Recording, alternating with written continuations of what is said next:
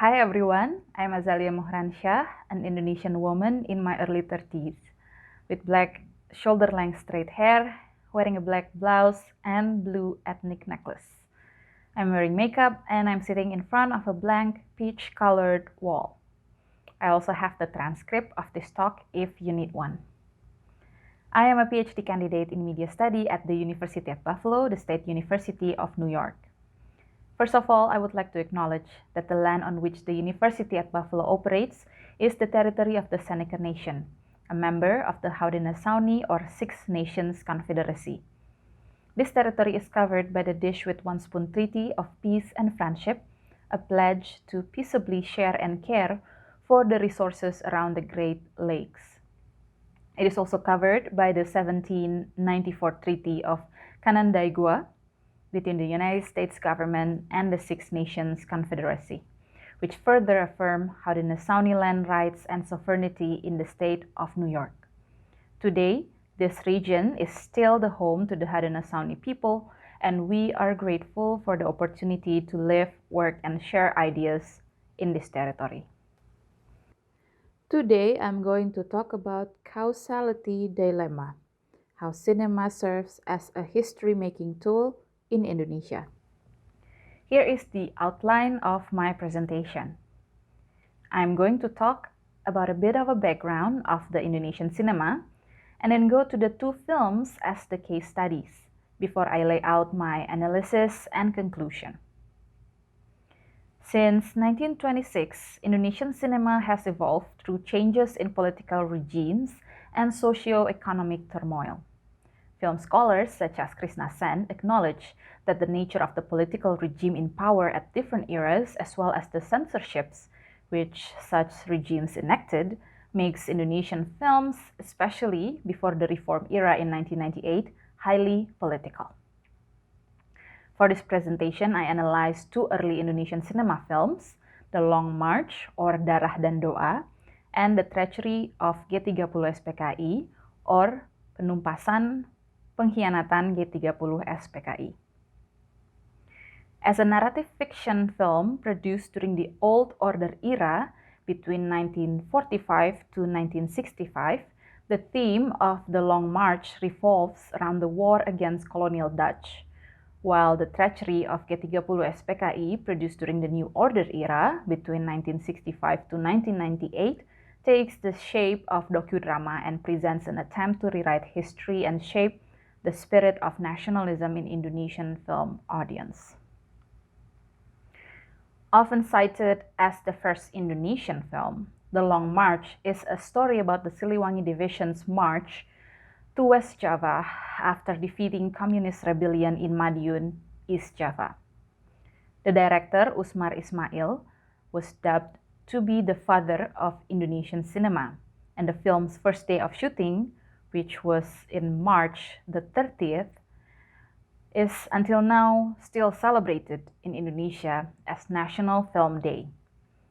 In the opening scene, we can see a dedication text as if it is the part of the film's prologue, and we can see it on the left here. It says, and I translated, quote, "This is presented to all Indonesian soldiers who, with all their honesty, have sacrificed their body and soul, fighting for the dream of independence, unity, and happiness for the islands and nation." On the right, we can see that the troops encounter a convict called with an old Indonesian term of pesakitan, that means a sick person. And he is a traitor who cooperated with the Dutch, who was finally sentenced to be shot by the leader of the troops. The most interesting scene for me can be seen on the left here, where the protagonist Sudarto was imprisoned by a mistake he made himself. Even though he is a war hero, he has left his wife and became a womanizer, so that the wife, whose figure is not shown but conveys her message through a female intermediary in the frame, leaves him. It makes Sudarto reflecting on his life and regretting his mistakes before finally he was shot dead by a man who wanted revenge for his friend's death in Madiun. After that person said, "An eye for an eye, blood for blood," As we can see on the right here, Sudarto also said he was willing to die instead of having to kill his brother, meaning this person who was about to kill him, until finally Sudarto was the one shot dead. In both scenes, the othering process is seen to occur to the enemies of the state, such as the Dutch and the members of the Communist Party.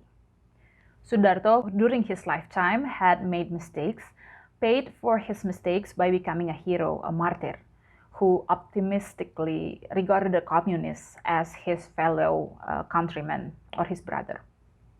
But of course, he died at the hands of this said communists, because in the narration of this film, communists are cruel people. And likewise with the Indonesians who betrayed and cooperated with the Dutch that we saw on the last slide, his fate also ended in death because it had brought so many death and so much misery to the Indonesian people. The Treachery of G30 is a docudrama directed by Arifin Senur about the plan to kidnap and torture of 7 supreme commanders of the Republic of Indonesia's armed forces. The film spent a production fund of 800 million rupiah, a significant number even for contemporary film production. TVRI, as the only TV station in Indonesia, and later other private TV stations too, was mandated to air this film on the night of September 30th annually. The film propaganda that shows Suharto as a hero who counters the kidnapping of Indonesian army generals on September 30th, 1965, paints the Communist Party and its members as perpetrators of evil and atrocious acts, and therefore communism is still condemned in Indonesia. On the left, we can see the opening narration of the film, which I translated here. Communism can only live in a country that is ideologically communist. The ideology and philosophy of communism is materialist and promotes violence, and therefore can never be compared to the ideology and philosophy of Pancasila. This film is only one part and proof of the communist rebellion against the Pancasila, among many other rebellions in the history of the Unitary Republic of Indonesia. The TNI, as the front guard, as well as the last bastion of Pancasila and the Republic of Indonesia, will never tolerate the rise of communism, which has carved a red ink in the nation's history and has clearly been declared a latent danger for the Indonesian people. Beware of the rise of the new style communism, which has metamorphosed into various forms and is increasingly difficult to recognize. Let us maintain and increase our foresight together to see every symptom of the rise of communism amid society. Never give the slightest space for the rise of communism, even if it is only in our minds, so that it cannot infiltrate and develop into great danger. This statement does not appear to be in the original appeal of the film, given its resolution, which is far above the resolution of the film, and also the mentioning of TNI instead of the ABRI as the name of the Indonesian military forces. But this is interesting because whoever is responsible for reproducing and redistributing this film, which is now accessible on YouTube, feels the need to add this appeal before the film begins. The written statement also raises many questions, such as how the ideology and philosophy of communism is materialist and promotes violence, and how communism conflicts with Pancasila, which is the 5 pillars of the Indonesian people. This label of materialism is given to communism along with atheism due to the uprising of farmers who demanded their land rights, which were taken by the state in the 1960s. This film contains many violent scenes deliberately shown explicitly to make people understand how savage communists are. The anti-communism propaganda complements the sacred Pancasila monument and the Lubang Buaya Museum, both built around the well where the bodies of the G30 SPKI victims were found. They also complete the inclusion of stories about the 7 heroes of the revolution in history books at all levels of schools in Indonesia during the New Order. I argue that both films propagate different values with a straightforward othering process towards different groups, one of the colonial Dutch while the other of communism. Interestingly, the Long March setting is of Siliwangi Division's march to West Java after defeating the communist rebellion in Madiun, East Java, after which event the Indonesian Communist Party continued to operate in Indonesian politics. After President Suharto took over the power from President Sukarno, communism became the scapegoat.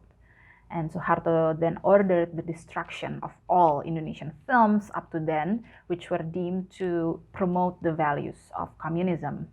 And this shows the highest form of censorship during that era. National cinema functions as a government propaganda tool which starts from censorship, content, and narration. As Krishna Sen in 1994 mentions in her book, Indonesian cinema is political. What she means is that, quote, the nation is narrated in New Order cinema through a process of writing over and containing, both in the senses of holding and limiting, the differences of region, class, generation, and so on, within the imagined boundaries, even while appearing to underline the boundaries between us, Indonesian nation, and other Dutch colonialists.